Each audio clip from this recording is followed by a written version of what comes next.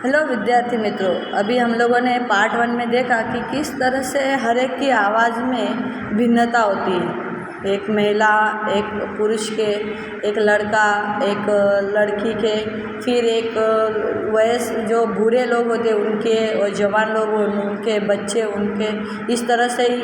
फिर जो से जैसे जानवर होते हैं तो जानवरों की आवाज़ में कैसे भिन्नता होती है। उसके बाद जो पक्षी होते हैं उनके आवाज़ में क्यों भिन्नता उन, तो इसका कारण भी हम देखेंगे कि आवृत्ति की जो मात्रा होती है वो कम ज़्यादा की वजह से वो सब हमें उनके आवाज़ों में भिन्नता दिखाई देती है। तो अभी हम लोग आगे का अपना जो टॉपिक है श्रव्य तथा अश्रव्य ध्वनियाँ। अभी देखो कि हम जानते हैं कि ध्वनि उत्पन्न करने के लिए एक कंपायमान वस्तु की आवश्यकता होती है, और ये कंपायमान वस्तुओं से ही हम लोग ध्वनियाँ जो है वो सुन सकते हैं। तथ्य यह है कि लगभग 20 कंपन प्रति सेकंड से यानी 20 Hz के कम आवृत्ति की ध्वनियाँ मानव कान नहीं सुन सकता है। 20 से अगर कम हो कंपन तो कोई भी मनुष्य का कान या आवाज़ को, ध्वनि को सुन नहीं सकता है। तो यह कह सकते कि 20 Hz से कम आवृत्ति की ध्वनियाँ मानव कान द्वारा संसूचित नहीं की जा सकती। ऐसे ध्वनि को अश्रव्य कहते हैं।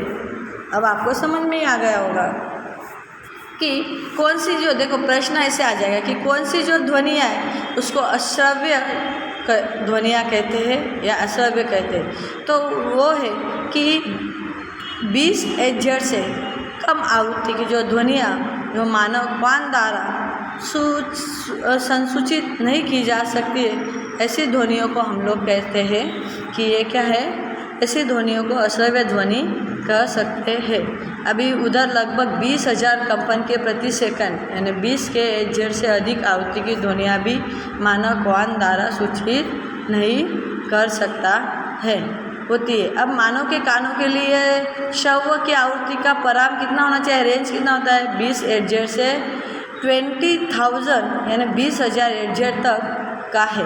मानव अपने कानों के लिए कहाँ से कहाँ तक का जो रेंज है 20 Hz से लेकर 20,000 Hz तक। इसका अर्थ यही है कि हम केवल 20 Hz माइनस 20 के Hz के बीच की आवृत्ति वाली ध्वनियाँ ही सुन सकते हैं। अभी शोर और संगीत, शोर तथा संगीत देखते हैं कि हमारे चारों ओर हमें पता है कि विभिन्न प्रकार की ध्वनियाँ होती है और हम लोग हमारे कानों में सुनाई देती है। तो कुछ ध्वनियाँ सदैव सुखद होती है और कुछ कभी कभी अपने कष्ट पहुंचाती है।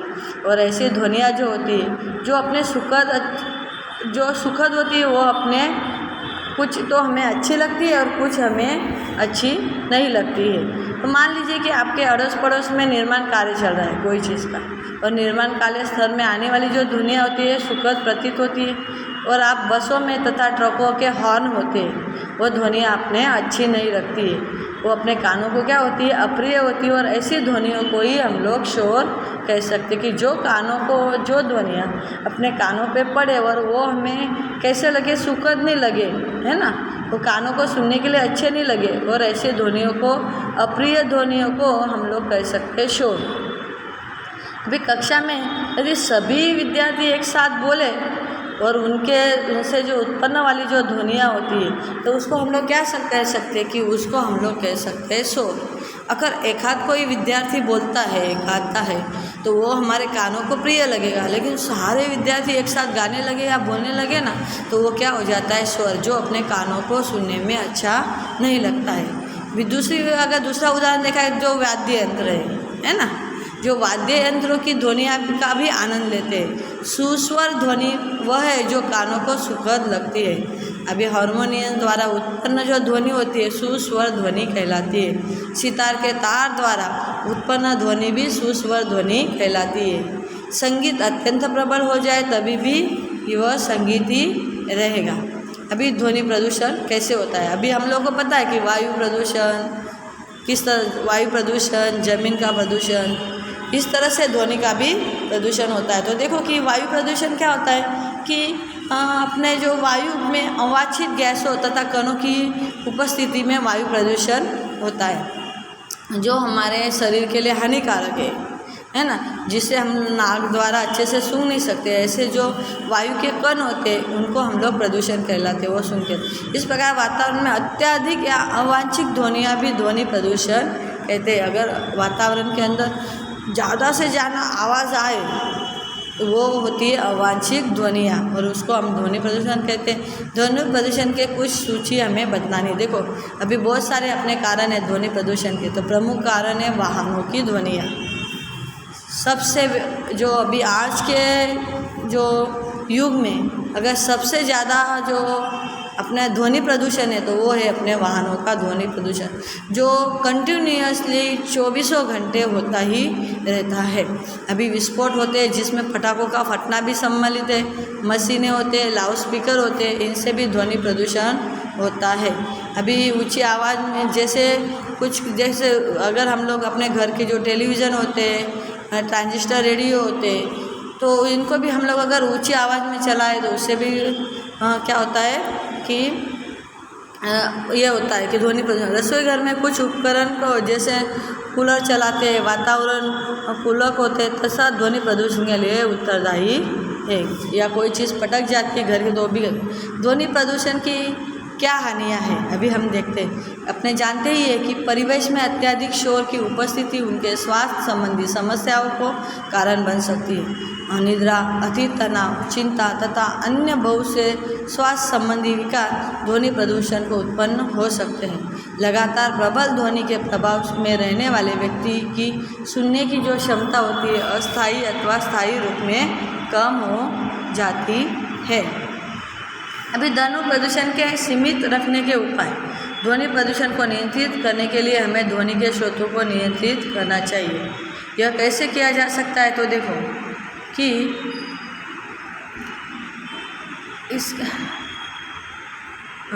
तो इसके लिए वायुयान के इंजन, यातायात के वाहनों, औद्योगिक मशीनों और घरेलू उपकरण में रवशामक युक्तियाँ यानी साइलेंसर लगानी चाहिए, जिससे क्या होगा कि ध्वनि प्रदूषण क्या होगा, उससे कम होगा। आवासीय क्षेत्रों में ध्वनि प्रदूषण को कैसे नियंत्रित किया जा सकता है। ध्वनि उत्पन्न करने वाले जो क्रियाकलाप है वो आवासीय क्षेत्रों में दूर संचालन करना चाहिए। ध्वनि उत्पन्न करने वाले उद्योगों तथा आवासीय क्षेत्रों में दूर स्थापित करना चाहिए। स्वयं चलित वाहनों को हॉर्न का उपयोग कम से कम करना चाहिए। टेलीविज़न तथा संगीत निकायों में ध्वनि प्रबलता कम रखनी चाहिए। ध्वनि प्रदूषण के हानिकारक प्रभाव को कम करने के लिए सड़कों तथा भवनों के आसपास पेड़ लगाने चाहिए, जिससे कि ध्वनि आवासों तक न पहुँच सके। तो ध्वनि का जो प्रदूषण कम करना है तो उसके लिए नियंत्रण करने के लिए ये उपाय यहाँ पे बताए कि देखो पहला तो है कि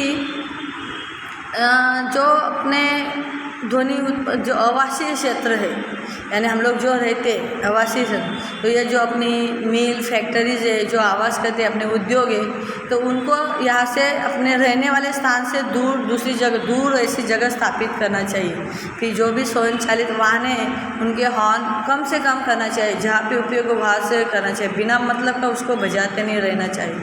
फिर टेलीविज़न तथा संगीत निकायों का भी ध्वनि प्रबलता कम रखनी चाहिए। हम घर में जो टेलीविज़न बजाते हैं, संगीत करते हैं, उसका भी कम करना चाहिए।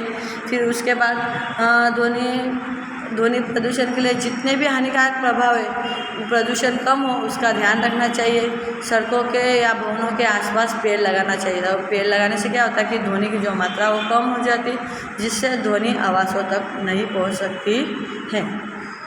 तो इस तरह से हम देख सकते हैं कि किस तरह से अभी यहाँ पे ये अपना जो चैप्टर है यहाँ पे पूरा हो जाता है कि किस तरह से ध्वनि उत्पन्न होती है। अलग अलग प्राणी पक्षियों से भी कैसे ध्वनि की मात्रा कम ज़्यादा होती है।